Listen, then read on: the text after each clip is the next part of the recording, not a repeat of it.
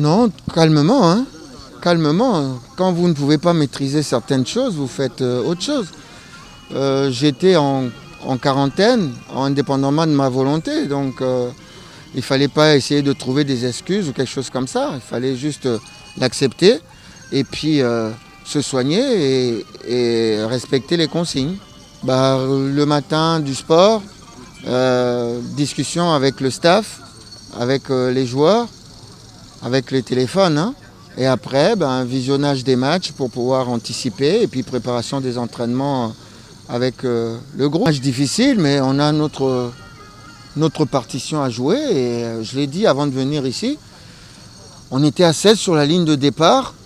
On avait une chance sur 16. On a dit qu'on n'allait pas laisser notre chance à qui que ce soit. Maintenant, c'est le même discours. Nous sommes à 8. Et on n'a pas envie de laisser notre chance à qui que ce soit. Même si c'est le pré-organisateur. Si on doit tomber, qu'on tombe les mains, les armes à la main. Mais on ne parle même pas de ça. Donc voilà, samedi, on a une chance sur 8 à jouer et on a envie de la jouer à fond. Je continue et je confirme et je réitère qu'on a un très bon groupe. Malheureusement, on n'a pas eu suffisamment de temps pour le préparer, mais c'est un vrai groupe d'avenir. Et un grand bravo à tous ces joueurs. Et plus loin, quand je dis bravo aux joueurs, je pense aux éducateurs et aux dirigeants des clubs. Et ça se voit au niveau de notre Lina Foot. Donc il faut qu'on continue comme ça. Au-delà juste de la victoire de ce championnat, il faut voir qu'il y a un bel avenir. Il y a un bel avenir dans notre championnat et il faut qu'on continue à travailler comme on le fait. Et on ne récolte pas les fruits tout de suite, mais moi je suis très content. Non, je ne suis pas totalement content, vous le voyez bien, parce que j'ai des joueurs encore qui sont de l'autre côté. J'aurais préféré, moi, rester et puis qu'un joueur se libère encore pour l'équipe. Bon, ça ne s'est pas fait. Il faut espérer. Il y a un nouveau test dans 2 jours.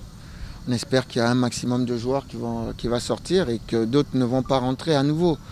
On est dans une ère qui est vraiment différente, difficile. Faudra qu'on repense la façon d'entraîner, la façon de préparer les matchs et la façon d'organiser les effectifs parce que ça devient vraiment compliqué. Et là, parce qu'on a 3 joueurs qui sont sortis ici, mais bien malin qui peut me dire quel groupe j'aurai contre le Cameroun.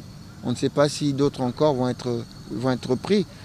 Donc ça devient vraiment compliqué pour l'anticipation parce qu'on est normalement des réducteurs d'incertitudes, mais là les incertitudes augmentent et ça devient un métier vraiment difficile. On va basé pas na bango, mais elo mo epexite to gagner pas na bango, hein. Et loi moroté lo babo. Donc Torobé tapo, en tout cas, tu as 8.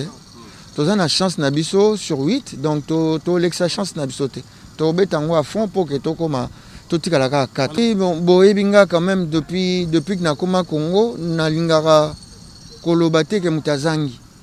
Nalingara Kolobate, pour Namona Ango, ils ont un manque de respect na Bao Bazobeta. Bao Bazobeta va s'appeler grand joueur. Donc, Bao Sape Moussala. Il faut avoir sa confiance et tout. Les amakasi, mais ils sont peu prenables. Les amakasi, baza un système compact, baza milai, baza konzo. Biso pe tozana ndé na biso au contourner bango. Soto ndima ngo tende au samedi ndé toye na biso te. Donc tant to kota samedi na terrain, tozana elikia que to beta bien et puis to gagner match.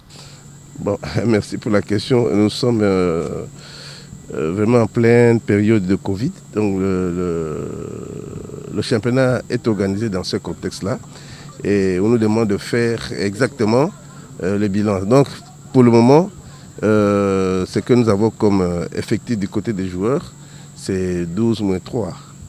Donc il reste encore 9 joueurs qui sont en observation. Et il y a un groupe à Douala, 3, et puis les autres sont ici à Yaoundé, et les autres sont ici à Douala. Les blessés, il y a juste un que nous sommes en train de récupérer, qui a un problème au niveau du genou.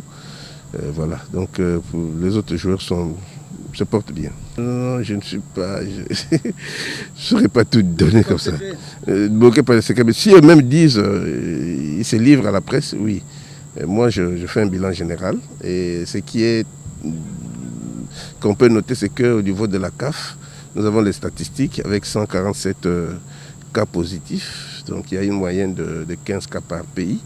Donc, nous ne sommes pas les plus concernés par ce problème. Mais bon, c'est un problème communautaire et on vit avec. Bon, pour les entraîneurs, ils regardent les lignes défensives, les gardiens de but, les attaquants. Ils avaient des soucis du côté des gardiens de but. On vient de récupérer 2, donc ils seront 3 moins 1, 4 moins 1, donc 3. Et la défense est équilibrée et l'attaque aussi. Bon, mais pour demain, il y aura encore un test 48 heures avant le match de samedi. Et il est possible que nous ayons des cas positifs. Donc on ne soit pas surpris qu'il y ait des cas positifs. Et dans le groupe qui était jusque-là positif, il est possible que certains demeurent positifs. Donc, la positivité survient souvent autour du 5e ou 7e jour après le début du traitement, mais ça peut aller jusqu'à 45 jours comme vous le savez, avec Zlatan Ibrahimovic, il a fait 45 jours avec les résultats positifs. Donc tout peut arriver, chacun a sa façon de se défendre. Ce n'est pas parce qu'on est joueur de football qu'on est extraterrestre. Non. Donc il faudra s'attendre à tout, de bons résultats négatifs que nous souhaitons tous ou des résultats positifs. Tout peut arriver. Mais les résultats sont revenus cet après-midi. C'était douteux au départ et puis on a confirmé que c'était bon. Il est maintenant négatif et il a rejoint le groupe. C'était le premier à revenir dans le groupe parce qu'il y a Matan, puis les 2 gardiens de but là ont eu des résultats négatifs. Ils ont jubilé bien sûr, mais nous leur avons demandé de ne pas faire du triomphalisme comme si les autres étaient des condamnés. Non, ils sont tous asymptomatiques, ce qui est intéressant. Ce sont des êtres humains et ce qui m'intéresse moi en tant que médecin, c'est leur état de santé. Bien sûr, nous avons un protocole. Puisqu'avant, vous voyez, en termes de culture, il y avait certains ratés. Le premier, c'est... Passons par les prières. Les prières qui, de façon intempestive, je leur ai dit, on prie une fois, il faut croire en Dieu. Si on a fait une prière, il faut respecter la distanciation physique, il faut mettre le masque. Nos cris, nos chansons dans le bus, l'animation, vous avez vu quelques images, j'ai dû crier quelques fois pour qu'ils portent le masque pendant qu'ils font l'animation, en descendant du bus et dans les vestiaires. Et à l'arrivée à l'entraînement ici, nous avons veillé à ce qu'ils n'entrent pas dans les vestiaires parce que là aussi c'est un lieu de contamination connu. Il faut qu'il y ait 1 ou 2 personnes par session. Dans le bus, on évite la climatisation. Il faut une aération normale. Même au niveau des chambres, il faut laisser les fenêtres légèrement ouvertes pour que l'air puisse circuler. Donc tout ce qui est cloisonné n'est pas bon pour les joueurs. Donc, si nous entraînons dans un espace ouvert comme ça, il y a très peu de risques d'attraper la maladie. Donc nous sommes en train de continuer dans ce sens. Ils ont chacun un flacon de désinfectant et il y a des réflexes maintenant. Je remarque maintenant qu'ils commencent à bien se comporter. Et tout le reste là, c'est la résistance humaine, l'immunité individuelle qui va jouer. Mais en termes de comportement, ils commencent à changer. Donc c'est pas facile. Il y en a qui mettaient le masque seulement au niveau du menton ou bien mettaient au bras. Maintenant, ils ont acquis des réflexes. Parfois, je fais exprès, je descends un peu le masque. Il dit, ah, docteur, remettez votre masque. Alors c'est vraiment intéressant. Donc c'est les prières qui étaient un des facteurs qui pouvaient faire perpétuer la propagation. Là, nous avons combattu de ce côté-là, c'est bon. Le bus, le lavage de mains, la distanciation physique, tout cela maintenant est maîtrisé. Le reste, c'est de la spéculation. Ce sont d'abord ces gestes-là qui sauvent. C'est d'abord ces gens-là qui sauvent. Bien sûr, chaque jour, je leur donne les médicaments pour la résistance. Ils ont la vitamine C, avec le zinc, avec le sélénium, ils ont la vitamine D. Voilà.